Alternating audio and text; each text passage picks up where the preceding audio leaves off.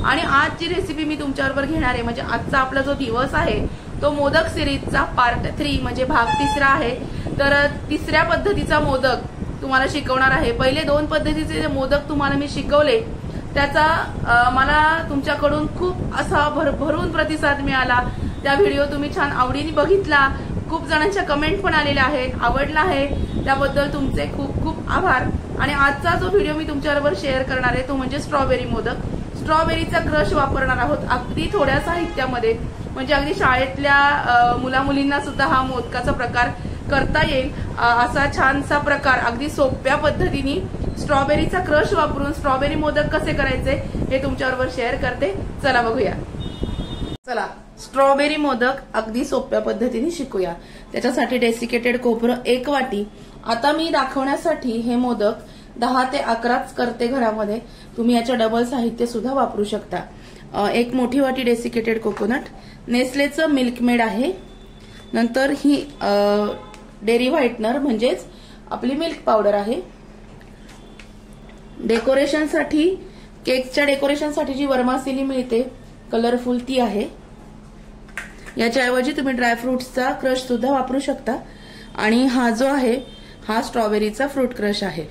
एवढं साहित्य लागणार आहे। तर पहिल्यांदा आपण हे जे खोबरं आहे हे थोडंसं भाजून घेऊया, कारण आता पावसाळ्याचे दिवस आहेत, काही वेळेस खोबऱ्याला थोडासा वास लागतो, त्याच्यामुळे खोबरं जे आहे ते भाजून घेऊया आधी। चला आजचा जो मोदक आहे ना आपला हा सगळ्यात सोपा मोदक आहे। कढई ठेवली आहे बारीक गॅसवरती, याच्यामध्ये टाकणार मी खोबरं आणि हे जे खोबरं आहे हे थोडंसं ब्राऊन कलरवर मी भाजून घेणार।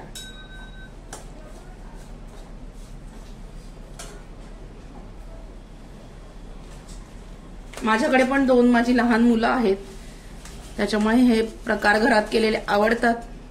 लहानाचे तुमच्याबरोबर हे व्हिडिओची सिरीज आपण शेअर करूया, सगळ्यांना युजफुल होईल। तुम्हाला सुद्धा हे व्हिडिओ पाहून अगदी आरामात गणपतीमध्ये मोदक करता येतील आणि नक्की करून बघा। हे बघा हे जे खोबरं आहे ना हे छान असं थोडंसं ब्राऊन कलरवर भाजून घ्यायचं। इतर वेळेस भाजलं नाही तरी चालतं, पण पावसाळा आता चालू आहे त्याच्यामुळे काय होतं खोबऱ्याला काही वेळेस थोडासा वास लागतो, म्हणून हे खोबरं आपल्याला भाजून घ्यायचं आहे।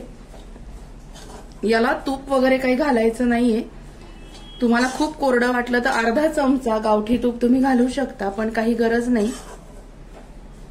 आणि डेसिकेटेड कोकोनट का वापरलंय, कारण जे मोदक मी केलेले आहेत उकडीच्या मोदकाला आपण ओलं खोबरं वापरणारच आहोत, पण डेसिकेटेड कोकोनट म्हणजे कसं याच्यात काही जास्त तेल नसतं, ऑइल फ्री असतं आणि हलकी रेसिपी होते, हलकी फुलकी होते। खूप हेवी अशा रेसिपी मी तुमच्याबरोबर शेअर करत नाही, म्हणून हे असं छान डेसिकेटेड कोकोनटच मी वापरलेलं आहे। आणि हे पटकन भाजलं जातं, हे बघा लगेच त्याचा रंग पालटायला सुरुवात होते। झालेलं आहे भाजून। आता हे आपण एखाद्या बाउलमध्ये काढून घेऊया। इथे एक मी भांड घेतलेलं आहे, याच्यामध्ये हे जे खोबरं आहे हे काढून घेऊया।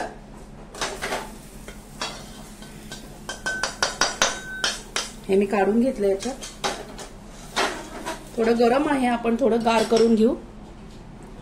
आता हे जे खोबरं थोडं कोंबट झालेलं आहे याच्यामध्ये आपण पहिल्यांदा टाकणार आहोत थोडीशी मिल्क पावडर, अगदी साधारणतः 2 ते 3 चमचे।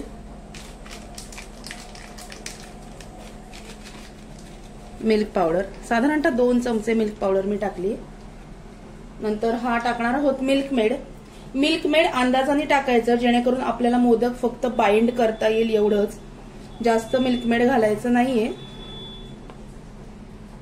इथे मी नेस्ले कंपनीचं मिल्कमेड आणलेलं आहे मिनी पॅक, तर आपण हे वापरूया।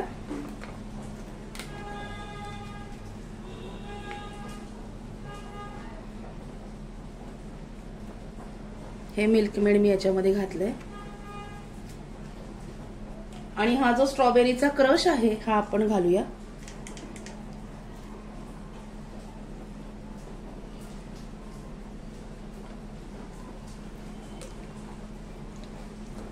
आणि हे हाताने कालवून घ्यायचं, हाताने म्हणा चमच्याने म्हणा तुम्ही छान असं कालवून घ्या।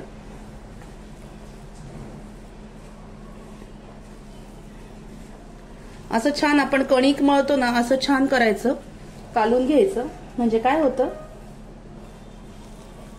हे बघा असा छान त्याचा गोळा करायचा आपल्याला काढून.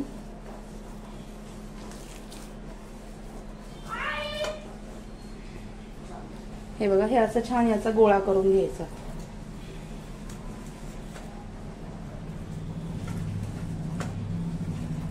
आणि तुम्हाला वाटलं हे सारण खूप कोरडं वाटतंय किंवा जास्त ओलं झालंय तर तुम्ही थोडीशी मिल्क पावडर याच्यामध्ये ऍड करू शकता.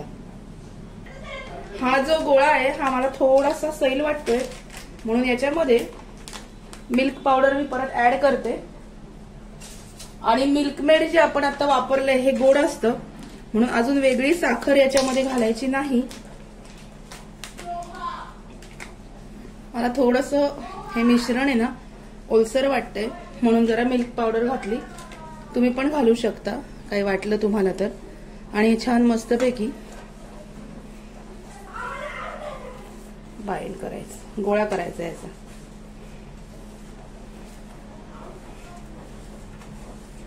हे बघा,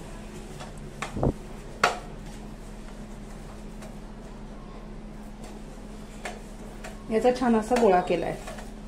2 मिनिटं हे मुरू द्यायचं आणि मग आपण याचे मोदक बनवूया. हा आपला मोदकाचा साचा, याच्यामध्ये मोदक तयार करूया.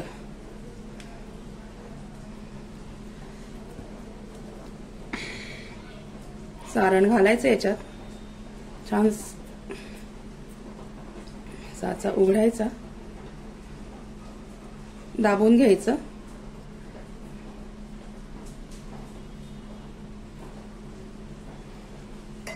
हे बघा, हा मोदक तयार आहे. आणि डेकोरेशन साठी काय करायचं, हा जो मोदक आहे हा याच्यामध्ये फक्त असा घोळवायचा आणि हा ठेवून द्यायचा. खूप छान दिसतो. परत एकदा दाखवते.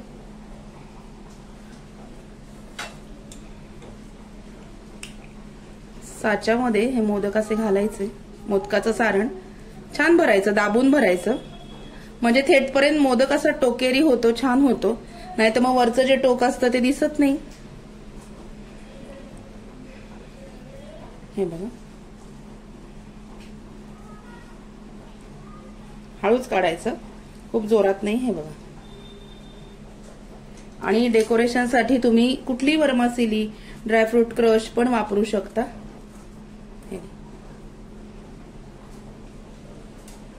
परत एक मोदक तुम्हाला दाखवते. यातला एक गोळा घ्यायचा, हा या साच्यामध्ये भरायचा.